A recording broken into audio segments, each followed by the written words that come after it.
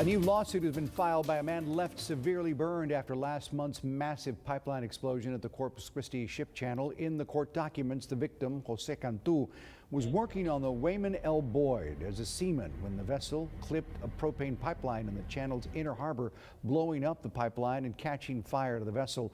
4 other crew members also on board that vessel were killed. Cantu sustained severe burns. He had to be taken to a burn unit in San Antonio.